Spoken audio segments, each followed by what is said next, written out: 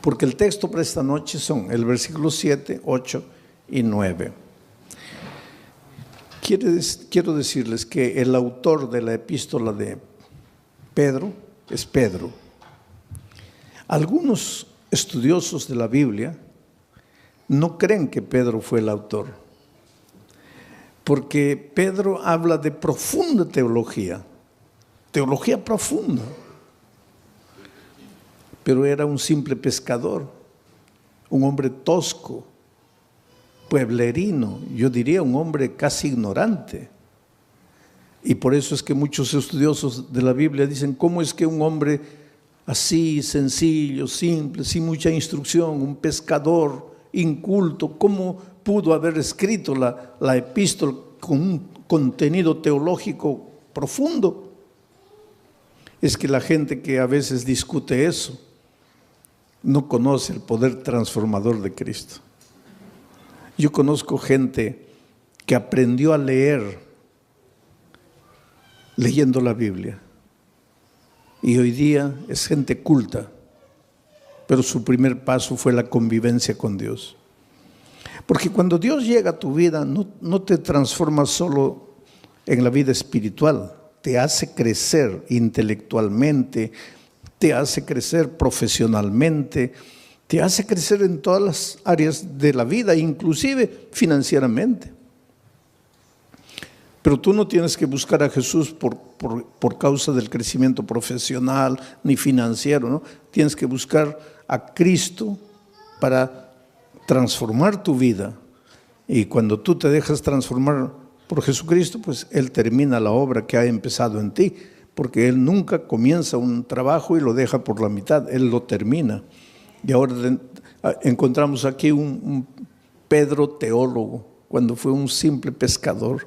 Nunca estudió una facultad de teología, nunca hizo maestría, nunca hizo doctorado, y hoy día los doctores en teología gastan horas y horas para tratar de entender a Pedro.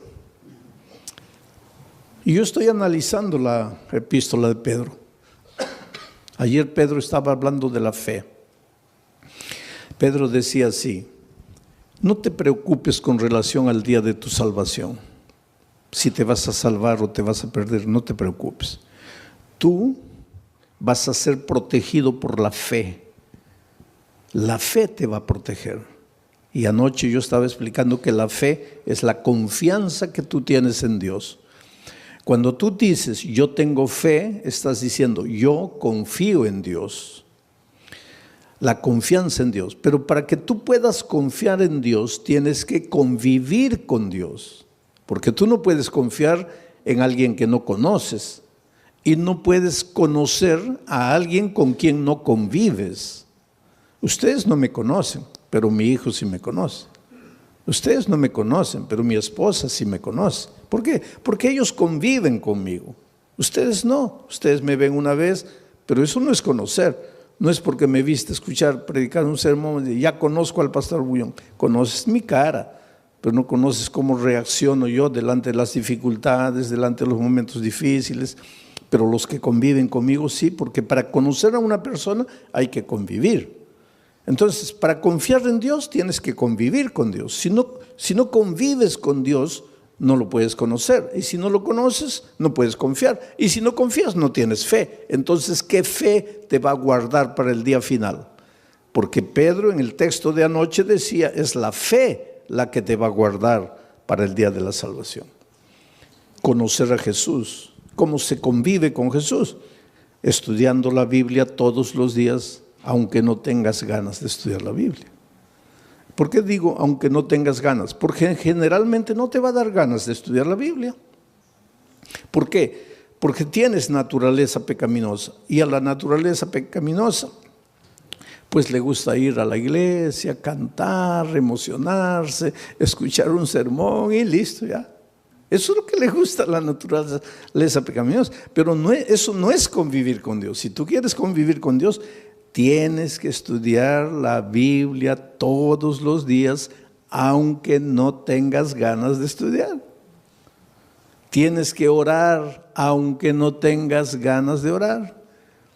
Y tienes que buscar a una persona y traerla para Jesús, como hizo Claudia. Conoció el Evangelio, fue y trajo a Jesús y ahora tiene la alegría de verlo bautizado. Eso es lo que tienes que hacer. Entonces tu fe, esa confianza en Dios te va a guardar para el día final. Pero entonces ahora entramos al texto de hoy. Para que sometida a prueba vuestra fe. ¿Qué cosa es vuestra fe? Vuestro conocimiento de Dios, vuestra confianza en Dios. Quiere decir que tu fe va a ser sometida a prueba. Y va a ser sometida a prueba mucho más preciosa que el oro. Esto es interesante. Los mineros agarran el oro y lo ponen a altas temperaturas de fuego. ¿Para qué? El oro es colocado a tan altas temperaturas de fuego que el oro se vuelve líquido, comienza a hervir el oro. De tanto calor comienza a hervir el oro. Y entonces le echan algunas mezclas químicas para que toda la escoria vaya saliendo. Y sale toda la escoria y se queda el oro puro. Y cuanto más fuego le ponen al oro, más puro se queda el oro. Por eso ustedes han escuchado hablar de oro 18 quilates, 22 quilates. Eso es pureza del oro. Y el oro más puro es el oro que ha sido más quemado. Ahora es interesante, porque si le colocamos fuego a este púlpito, el fuego lo quema. Pero si le colocamos fuego al oro, el fuego lo purifica al oro. Destruye al púlpito, pero purifica al oro. Ahora dice el texto bíblico de Pedro que el fuego es la prueba, son las pruebas de la vida. Dios manda, no voy a decir manda, Dios permite que las pruebas lleguen a tu vida. Estoy diciendo Dios permite, no Dios manda, Dios permite. Porque te voy a decir una cosa, y entiende bien esto. ¿Qué cosa es prueba? Todo lo que te hace sufrir, lo que te hace llorar, lo que te aflige, pérdida del empleo, tu hijo se enferma, tu mamá muere, tu esposo te abandona. Aflicciones, pruebas, todo eso, por favor, nunca digas Dios me está mandando la prueba, porque Dios no manda pruebas. Todo lo que te hace sufrir no viene de Dios, viene del diablo. Porque Dios dice, he aquí los pensamientos que tengo acerca de ti, pensamientos de paz y no de guerra. Pensamientos de amor y no de odio. Dios solo quiere lo mejor de lo mejor para ti. Pero vives en un mundo de dolor. Hasta que Cristo venga, estamos peregrinando en el desierto del dolor de esta vida. Y muchas veces quien nos manda el sufrimiento, el dolor, es el diablo. ¿Y por qué te hace sufrir el diablo? Esto es interesante y esta noche vas a entender. ¿Por qué el diablo te hace sufrir? Tú no le has hecho nada al diablo. ¿Por qué te hace sufrir? Porque él es el origen de la enfermedad, él es el origen de los accidentes, él es el origen de las tragedias. Todo lo que te va mal en la vida es porque él está por detrás de eso. Pero ¿por qué te hace sufrir si tú no le has hecho nada al diablo? Ahora te voy a explicar. Es que el enemigo del diablo no eres tú, es Jesús. Él quiere derrotar a Jesús. ¿Te acuerdas en el cielo? El diablo se levantó queriendo usurpar el lugar de Jesús. Hubo una pelea en el cielo, dice Apocalipsis, hubo una batalla, el diablo perdió y fue expulsado del cielo. Pero cuando el diablo salió del cielo, déjame imaginar esta escena. El diablo estaba saliendo y miró y le dijo a Jesús, está bien, me venciste una vez, pero la pelea no está acabada. Me venciste ahora, pero ya vas a ver cuando nos encontremos por segunda vez. y fue expulsado. Entonces, cuando Jesús nació en esta tierra, cuando vino a salvarnos del pecado, Jesús era un nené indefenso. Y el diablo dijo, ahora sí, no lo pude derrotar en el cielo, pero ahora como un niño yo lo agarro y lo mato. Y miren lo que el diablo hizo. ¿Vino a matarlo personalmente? No, porque el diablo es cobarde. El diablo nunca muestra la cara. ¿Qué hizo el diablo para matar a Jesús? Se metió al corazón del rey Herodes. Firmó un decreto de muerte para mandar matar a todos los niños menores de 2 años.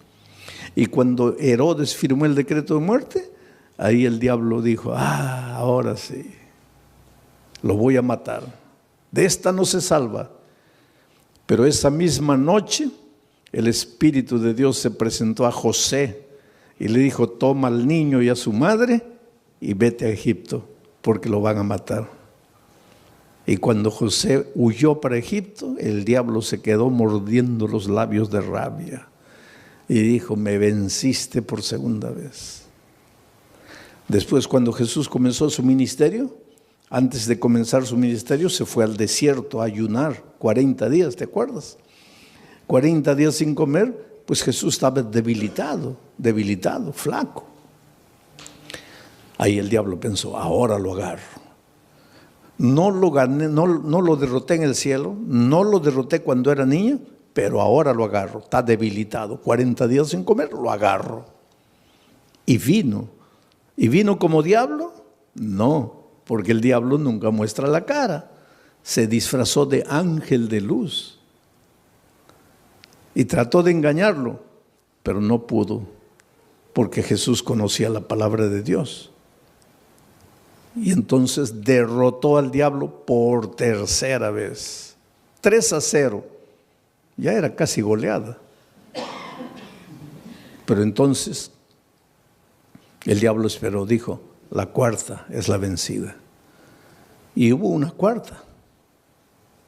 Cuando el diablo se metió al corazón de los soldados, porque ya les dije, el diablo nunca muestra la cara, y los soldados prendieron a Jesús y lo llevaron al Calvario y lo clavaron. Y cuando Jesús murió, ahí sí el diablo dio una carcajada. Dijo, ahora sí lo vencí, lo acabé. Lo acabé.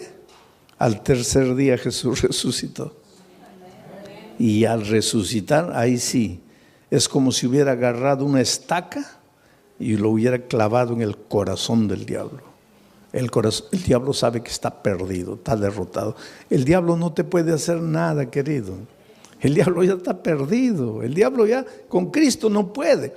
Entonces, como no puede con Cristo, se las agarra contigo. Es como si yo tuviera, vamos a decir, yo tuviera un hijito de 2 años.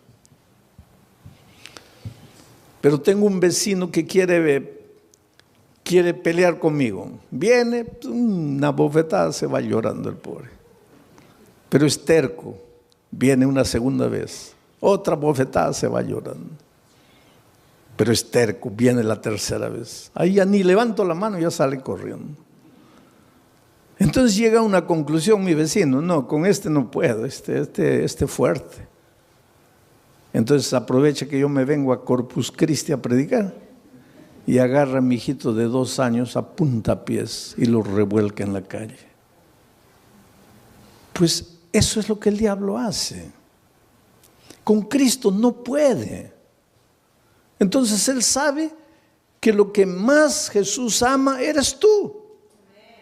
Y ya que no puede con Cristo, se las agarra contigo y te hace sufrir y te hace perder el empleo y hace que tu hijito nazca enfermo y esto y aquello. En realidad el diablo no tiene nada contra ti. Él te hace sufrir porque sabe que haciéndote sufrir a ti, está haciendo sufrir al Señor Jesucristo. Pero ahora viene Pedro y dice así, pero es que los sufrimientos que te llegan a la vida no te pueden destruir porque tú no eres madera, tú no eres plástico, tú eres oro. Y si el fuego de la prueba purifica el oro, mucho más el fuego del dolor, del sufrimiento, va a purificar tu fe. Quiere decir, cuando el dolor llegue a tu vida, tú lloras. Si tienes que llorar, llora. Pero no te separes de Jesús. Dile, Señor, yo no entiendo por qué estoy sufriendo. Y hay una cosa interesante. Cada vez que tú quieres andar en los caminos de Dios, cada vez que tú te propones ser más fiel a Dios, ahí más viene el diablo para destruirte. ¿Por qué? Porque esa es la pregunta que mucha gente hace. Pastor, cuando yo estoy así relajado en mi vida cristiana, parece que no me vienen pruebas. Pero cuando me quiero consagrar, ahí viene todo. ¿Por qué? Simple. Porque cuando estás relajado espiritualmente, cuando no estudias la Biblia, no oras, nada, estás en el terreno de ¿quién? Estás en el terreno del diablo. Puedes estar en la iglesia, pero estás en el terreno del diablo. ¿Y para qué el diablo te va a molestar si ya estás perdido con él? Ya pues te deja tranquilo. Pero cuando viene una semana de oración y tú te entiendes que tienes que reconsagrarte y comienzas a estudiar la Biblia, a estudiar la palabra de Dios, ahí el diablo se asusta. Porque ¿qué dice? No, este se me va a escapar, se me va a escapar. Entonces, para desanimarlo, le mando una prueba. Y la prueba, en lugar de purificarte como al oro, ¿qué hace contigo muchas veces? Te desanima. Es por eso que cuando la prueba es más fuerte, es más que tienes que agarrarte de Jesucristo y no desanimarte. En el Brasil yo estaba haciendo una campaña evangelística en un estadio, y una señora que no era adventista, no era cristiana, nada, nunca iba a ninguna iglesia, nada, pero era una buena mujer, sentimientos nobles. Hay mucha gente que no está en ninguna iglesia, no conoce la palabra de Dios, pero pues escucha la voz de Dios en su corazón y camina, anda bien. Y de repente esta señora vio en la televisión la propaganda de que yo iba a predicar esa noche en el estadio. Ahora, ese día era su cumpleaños. Y de mañanita el esposo entró al cuarto y le dice, mira hija, estoy sin mucho dinero, no he podido comprarte un buen regalo, pero te he comprado un regalito. Y le dio una cajita. Y ella abrió y era la llave de un carro. Y cuando salió al patio, ahí estaba el carro, un carro importado, último modelo. ¡Qué felicidad! Su cumpleaños. Primera felicidad, el esposo se acordó de su cumpleaños, porque hay muchos esposos que ni se acuerdan del cumpleaños de la esposa. Segunda felicidad, le regaló. Tercera felicidad, no le regaló cualquier cosita, le regaló un carro último modelo. Entonces ella estaba tan feliz que cuando vio la propaganda de la predicación en el estadio, dijo, bueno, estoy tan feliz que me voy al estadio a agradecerle a Dios. Va a predicar ese pastor, voy a agradecer. Y se fue al estadio. Feliz de la vida, entró. En la hora del llamado se levantó, vino adelante, le entregó la vida a Jesucristo. Dijo, ay, qué día tan feliz. Hoy es mi cumpleaños, hoy mi esposo me regaló el carro, hoy me entregué a Jesús. No, este es el día más feliz de mi vida. Y cuando sale a agarrar su carro en la playa de estacionamiento, los ladrones se lo habían llevado. Ahí ella comienza a pensar, toda mi vida no quise saber nada de iglesia, no quise saber nada de Dios y nunca me robaron ni un alfiler. Y hoy que le entrego mi vida a Cristo me roban el carro. ¿Qué Dios es ese? Ahí está la astucia del diablo. Tú preocúpate cuando no vienen pruebas a tu vida, querido. Porque a veces no vienen pruebas a tu vida porque el diablo está tranquilo contigo. ¿Para qué te va a mandar pruebas? Pero atrévete a entregarte al Señor Jesús, a caminar en sus caminos, que ahí viene el diablo con todo para desanimarte. Ahora vamos al texto bíblico una vez más. Para que sometida a prueba vuestra fe, sí, porque tu fe tiene que ser sometida, porque una cosa es, sí, yo creo, yo creo. Eso no es fe. Eso no es fe. Por eso es que el creer siempre viene acompañado del bautismo. El texto de Marcos 16 dice: el que creyere y fuere bautizado, este será salvo. El problema es el idioma, porque en español creer y ser bautizado son dos cosas. Pero es que Marcos no escribió ese versículo en español, porque Marcos no hablaba español. Marcos escribió ese versículo en griego, el idioma que él hablaba. Y en griego no son dos conceptos, el que creyere y fuere bautizado, no. Es un solo concepto, el que creyere siendo bautizado.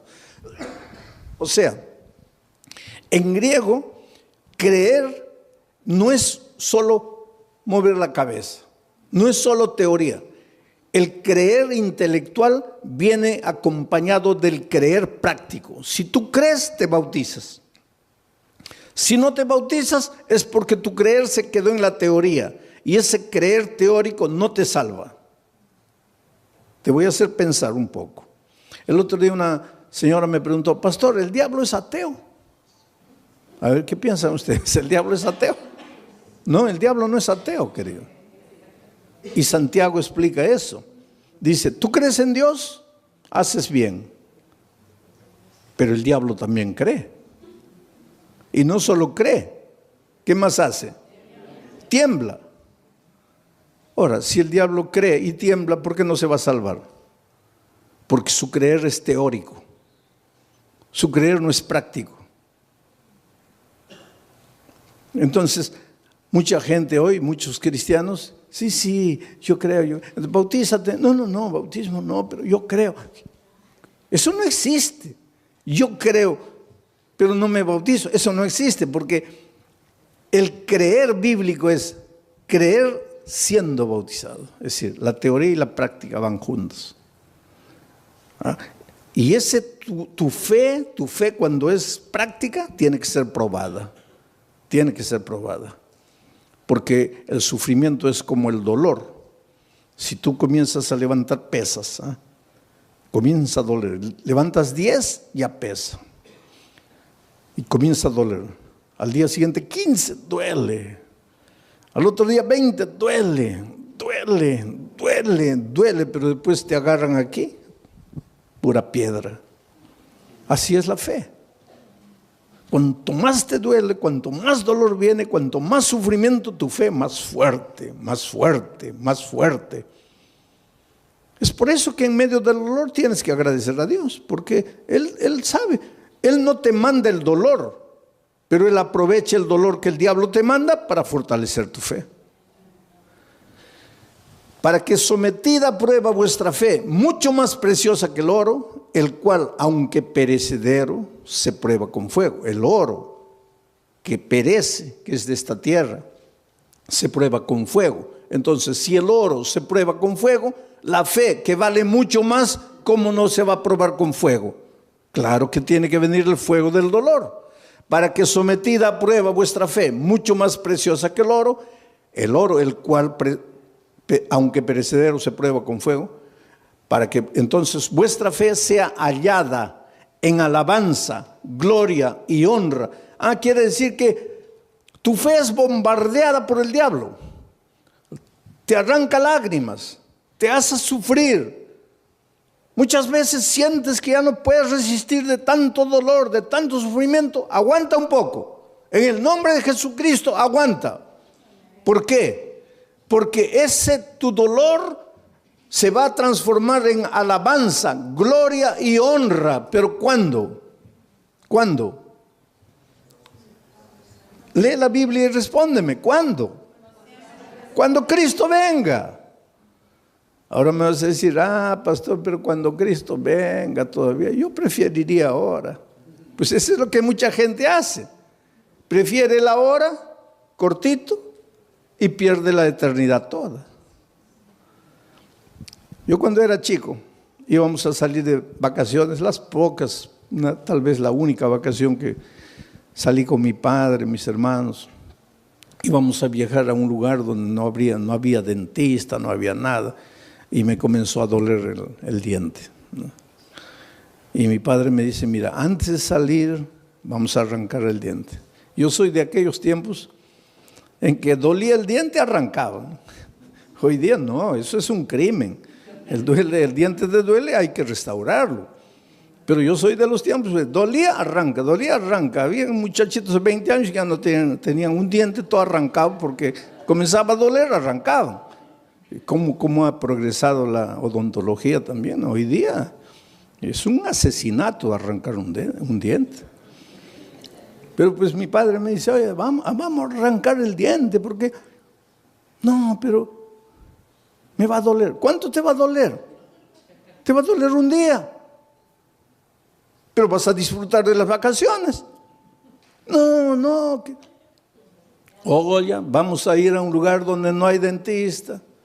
Vamos a arrancar el diente. No, que no. Fuimos de vacaciones y el dolor aumentó y aumentó y aumentó. Se me arruinaron las vacaciones. Todo el mes llorando dolor. Y ahí mi padre me decía, ahí, yo no te dije, mejor sufre un día y disfrutas de 30 días de alegría. Ahora, tú preferiste el día de gozo y 30 días de sufrimiento. Entonces la vida cristiana es igualita, querido. En este mundo vas a encontrar dificultades, especialmente si quieres seguir a Jesucristo, porque el diablo es astuto. Tú tienes un buen empleo, pero ahora descubres que el sábado es el día santo del Señor y quieres guardar el sábado, ya vienen los problemas. Pero hay una cosa, no te desanimes. El diablo te puede hacer sufrir un día, 2 días, 3 días, pero hay un tercer día. Cuando Cristo murió en la cruz del Calvario, el diablo dio la carcajada y dijo, ahora sí lo vencí, se acabó. Al siguiente día el diablo seguía dando la carcajada, lo vencí, lo maté. Al tercer día amaneció dando la carcajada y de repente la carcajada del diablo paró en seco, porque la tierra se abrió y Cristo resucitó. El diablo se puede reír de ti hoy. Se puede reír de ti mañana, pero al tercer día va a tener que tragar la carcajada, porque Dios puede permitir que el diablo te haga sufrir un día, 2 días, 3 días, pero llega el momento en que Dios te va a devolver todo lo que el diablo te quitó. Así fue con Job. Le quitó la hacienda, le quitó los hijos, le quitó el dinero, le quitó todo, la esposa prácticamente, le quitó todo. Pero cuando llegó el momento, Dios le devolvió todo. Y se lo devolvió en doble. El doble de hacienda, el doble de dinero, el doble de camellos, el doble de ganado, el doble de hijos. Lo único que no le devolvió en doble fue la mujer. Pero todo lo demás le devolvió en doble. Dios es grande, querido. Cuando venga el dolor a tu vida, no te preocupes. ¿Por qué sufro? Dios me ha abandonado, Dios me ha dejado. No, querido, Dios no te ha dejado. Dios no te ha abandonado. Él tiene un plan para ti. ¿Y sabes por qué muchas veces permite que el dolor llegue a tu vida? Porque es la única manera de purificarte a ti mismo. A veces es en el dolor que aprendes a ser paciente. En el sufrimiento, en las lágrimas, aprendes a depender de Dios. Y esta vida cristiana es dependencia de Dios. Y esa disciplina de aprender a depender de Dios, muchas veces solo con el dolor. Vamos a seguir leyendo. El siguiente versículo. Versículo 8. A quien amáis, está hablando de quién, de Jesucristo, porque dice que vuestra fe va a ser recompensada con gloria, honra, alegría, cuando Jesús venga. Cuando Jesús venga, Jesús, a quien amáis sin haberle visto. En quien creyendo, aunque ahora no lo veáis, os alegráis con gozo inefable y glorioso. Mira, a quien amáis sin haberle visto. ¿Tú vives con Jesús hoy? Sí, pero no como los discípulos que pudieron verlo. Por eso Jesús le dijo a los discípulos: bienaventurados los ojos de ustedes que pueden ver lo que los profetas quisieron ver y no pudieron. Estaba hablando del mismo. Los profetas siguieron a Jesús solo por la fe. Nosotros hoy también lo seguimos solo por la fe, pero los discípulos tuvieron un privilegio único. Ellos lo vieron físicamente. Pero aunque nosotros no podamos verlo físicamente, igual podemos verlo a través del estudio de la Biblia, de la oración y trayendo una persona para Cristo. Estamos conviviendo con Jesús. Pero aquí el asunto es, ¿quién escribe a quien amáis sin haberle visto? ¿Quién escribe este versículo? Pedro. ¿Y Pedro lo vio? ¿Y lo amó? ¿Y por qué lo traicionó? Ustedes se acuerdan que después de la traición Jesús ya había resucitado y los discípulos estaban en la playa. Y el pobre Pedro, cuando Jesús apareció en la playa, estaba mirando para otro lado, avergonzado. Ay, ¿qué me va a decir? Que lo he traicionado, porque después de la crucifixión ya no lo vio. Ahí se encontraron en la playa con Jesús resucitado. Y Jesús apareció y Pedro: ay, Señor, en algún momento me va a llamar aparte, me va a dar una bronca porque lo traicioné. Y efectivamente, en un momento, Pedro se acercó. Jesús se acercó y Pedro dijo: ahora viene la paliza. Y Jesús le hizo una pregunta: Pedro, ¿me amas? La última cosa que Pedro imaginaba era esa pregunta: ¿me amas? Sí, Señor. No, Pedro. ¿Cómo sí, Señor? Te estoy preguntando si me amas. Sí, Señor. No, calma. ¿Por qué tanta prisa? No me has entendido. Te estoy preguntando si me amas. Y ahí él se dio cuenta de por qué Jesús le preguntaba eso. Y comenzó a llorar. Y dijo: Señor, yo sé, tú sabes todas las cosas. Tú no tienes ninguna razón para creer que yo te amo. Te he fallado. Pero me das la oportunidad de amarte. Y Jesús le dijo: claro que sí. Y todavía te voy a confiar una misión: predicar el Evangelio. Y algunos días después, Pedro se levanta para predicar un sermón y bautiza a 3,000 personas. La pregunta esta noche es: ¿tú quieres resistir en la prueba? Cuando el dolor venga, ¿no quieres traicionar al Maestro? Entonces la pregunta es: ¿tú amas al Señor Jesús? Porque Pedro después de haber pasado todo eso dice: a quien amáis sin haberle visto. ¿Por qué dice a quien amáis sin haberle visto? Porque él sí lo había visto.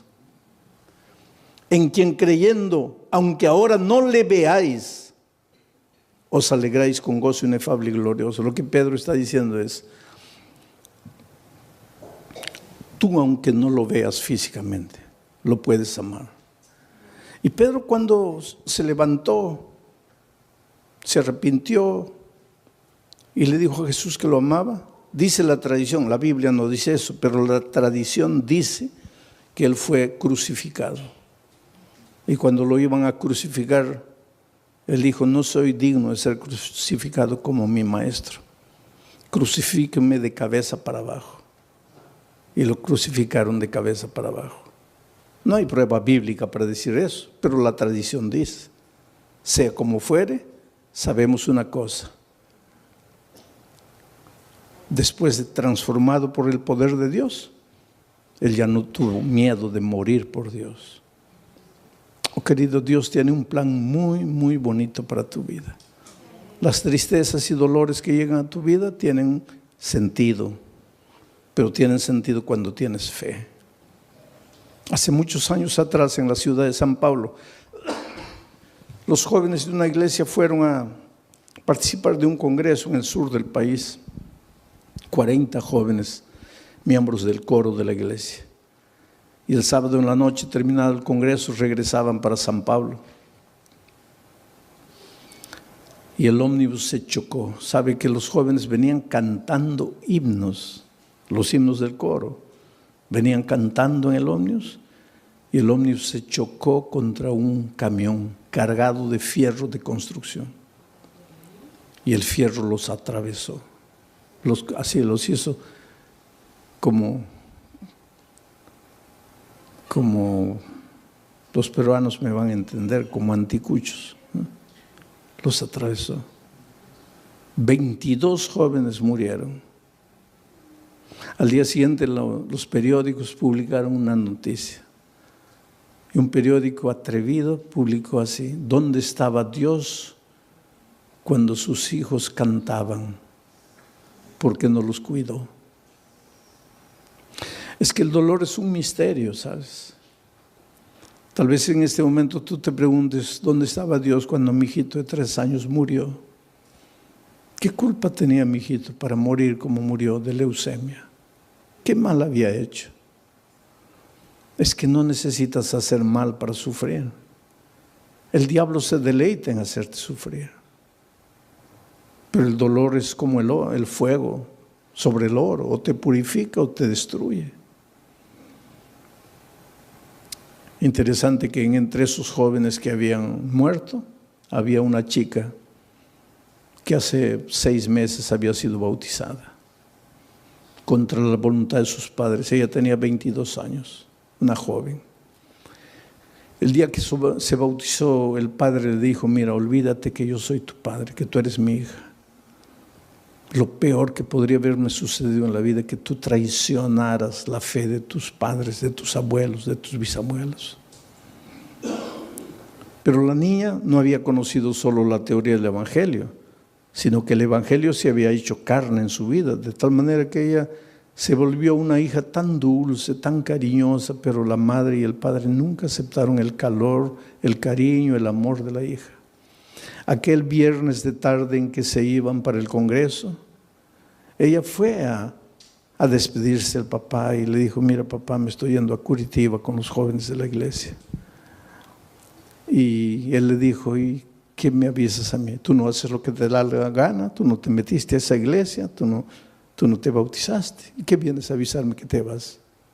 Tú siempre haces lo que te da la gana, vete a donde quieras. Y ella le dijo: sí, papito, pero yo vine a darte un beso, me voy.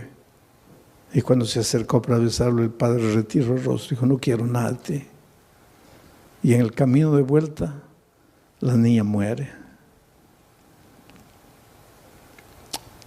¿Sabes que los hijos de Dios también morimos en accidentes?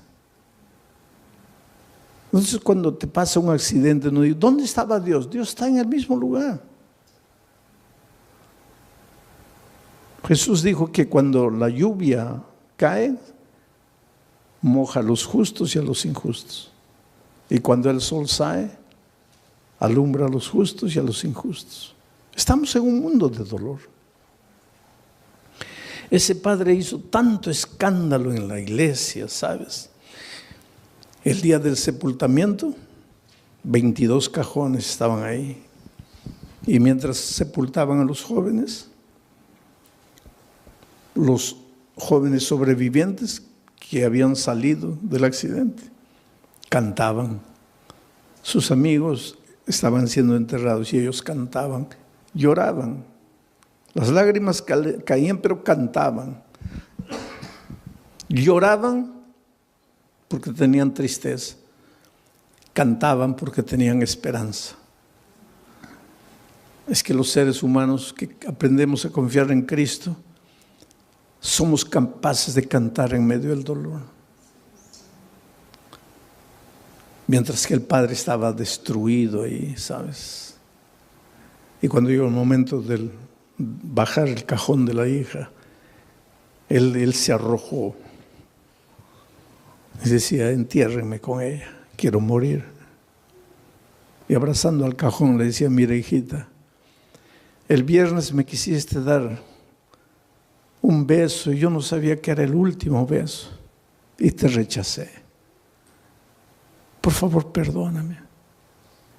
Quiero morir, quiero morir, quiero morir. Fue una escena triste, dramática, cuando sacaron al padre, terminó el entierro, todos se fueron. El hombre se quedó solito junto a la tumba de su hija. Y la mejor amiga de su hija, que salió viva del accidente, que fue justamente la que la llevó al Evangelio, al conocimiento de la palabra de Dios, Ya cuando se estaba yendo, volteó y vio que el papá de su amiga estaba ahí junto a la tumba y dijo, voy a volver. Yo sé que él no quiere hablar con nadie, pero voy a volver. Y volvió. Y se paró junto a él. Y él la miró, ¿qué quieres? Le dijo, mire, su hija va a resucitar. ¿Qué? Su hija va a resucitar. ¿Cómo va a resucitar? Porque la palabra de Dios dice, y te voy a leer aquí, porque él le había dicho, yo no entiendo, yo no los entiendo a ustedes, ustedes son locos.